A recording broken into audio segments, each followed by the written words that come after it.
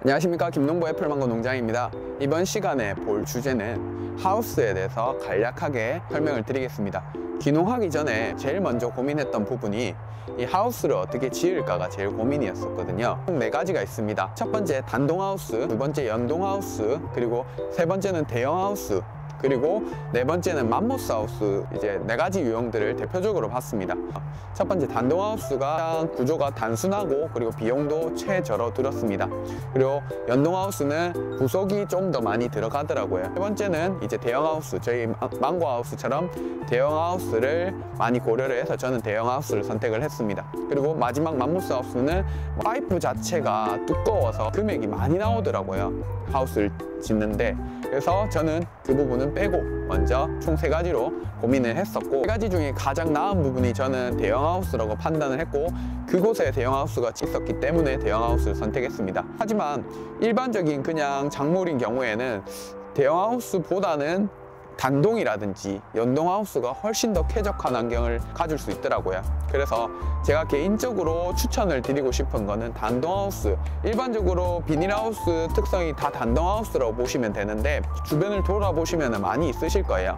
그래서 저도 단동하우스를 가장 많이 고민을 했었고, 그리고 단동하우스를 짓는데 꼭 체크사항이 있습니다. 첫 번째, 이제 작물을 여름 작물을 할 건지 아니면 겨울 작물을 할 건지. 여름 작물 같은 경우에는 뭐 오이, 가지, 뭐 수박, 뭐 토마토도 있겠지만 뭐 그런 식으로 분류를 해볼 거고요. 그리고 겨울 작물은 대표적으로 생각나는 거 딸기시죠. 분야를 나눴을 때 자기가 어떤 작물을 할 건지가 먼저 선정이 돼야 됩니다. 그 이유가 여름 작물일수록 측면에 있는 어깨 높이가 점점점 높아져야 되더라고요.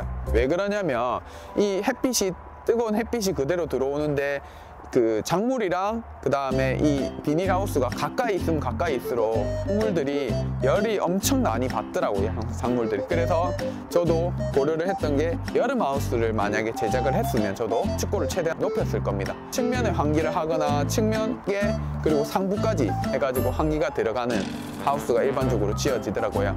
상부는 선택이고 측면이랑 어깨 같은 경우에는 하는 경우가 많이 있더라고요. 그래서 그런 특이사항이 들어갔습니다. 열을 빨리 빼내기 위해서. 하우스 같은 경우에는 1중만 하는 경우도 있었고 1중, 2중 정도까지는 해준다라고 생각을 하면 되고요.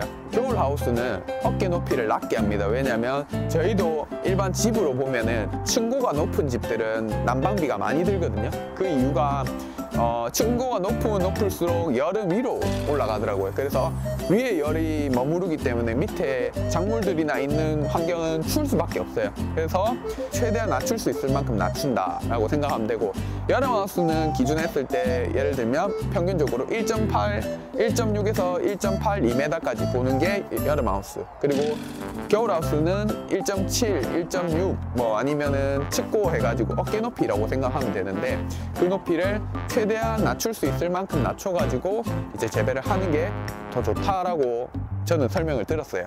측고를 최대한 낮춰서 난방비를 최대한 줄이는 방안으로 했고, 열을 쉽게 잘 가둬야 된다 하면은 측고를 최대한 낮추는 게 나았습니다. 그래서 하우스 형태가 다 다릅니다.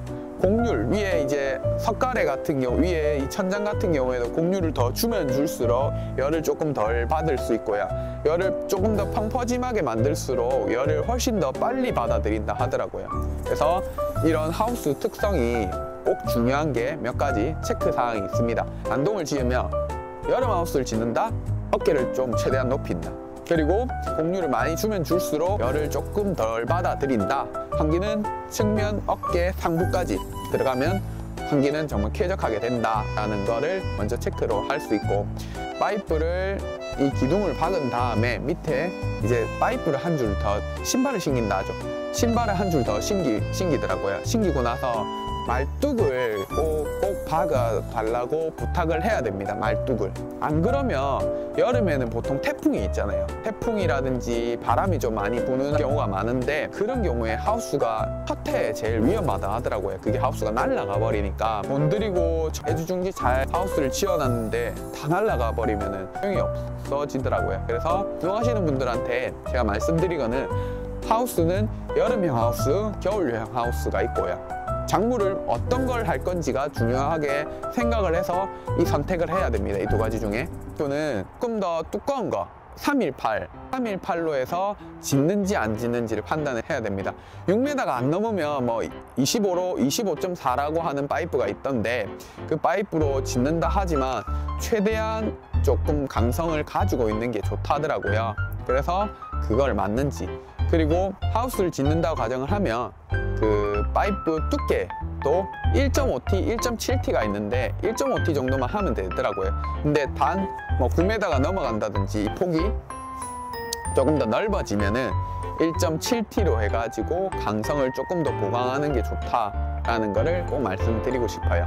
이 파이프 간의 간격은 최대한 60에서 70 그 사이가 좋은데 뭐 1m가 넘어간다든지 견적을 볼 때, 만약 견적을 받아 볼 때도 1m가 넘어간다든지 아니면은 뭐 폭이 60 정도가 좋긴 한데 뭐 70까지는 괜찮다 하더라고요. 70까지, 70, 80까지는. 근데 뭐 1m가 넘어가서 파이프 개수도 한번 확인을 해 봐야 됩니다. 최종 가격선만 자꾸 이제 그래서 얼만데, 그래서 얼마 들어가는데 라고 먼저 보는데, 그거보다는 안에 들어가는 파이프 개수를 한 번 더 보는 게 좋습니다. 그래서 똑같은 견적이더라도 파이프를 조금 더 넓게 하니까 금액이 훨씬 더 싸게 나오는데, 저희는 1, 2년 짓고 하우스를 짓는 게 아니기 때문에 지을 때 한 번 더 체크를 해가지고 그 부분을 체크하는 게 중요하더라고요. 비닐은 제가 알아보니까 요즘에는 산란강 비닐이라는 게 있더라고요. 그 비닐을 만약에 일중을 교체를 하시든지 아니면 한번 견적을 뽑을 때 꼭 산란강 비닐로 해가지고 한번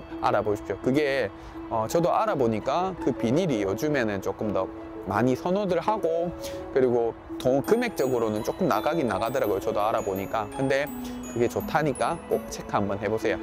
제가 겪었던 부분에 대해서 말씀드렸는데, 총정리는 시설 투자는 많이 하면 할수록 좋더라고요.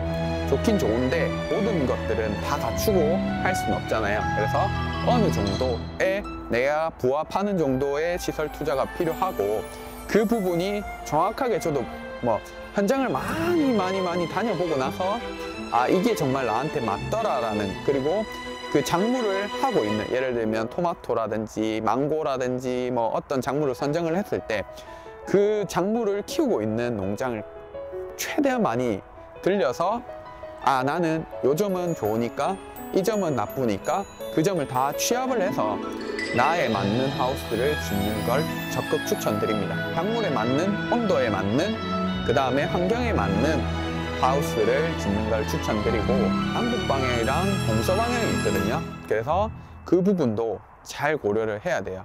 예. 남북 방향은 해를 고루히 받는다고 판단을 할 수 있는데, 동서 방향은 아침에랑 저녁해랑 이제 작물이 이게 해를 볼 수 있는 시간이 훨씬 더 줄어듭니다.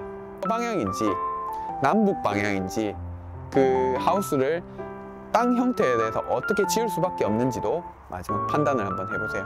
그래, 하우스를 짓기 전에 먼저 땅을 보고, 땅을 본 다음에 하우스 형태를 지을 때 작물은 어떤 작물을 선정할지도 중요하고, 작물에 맞춰서 하우스를 어떻게 지을지도 중요할 것 같아요. 그래서 적당한 투자와 극대한 효율을 내기 위해서 저희도 많이 알아보자고요. 유익한 정보가 되었으면, 도움이 되었으면 하는 바람입니다. 자, 그럼 감사합니다.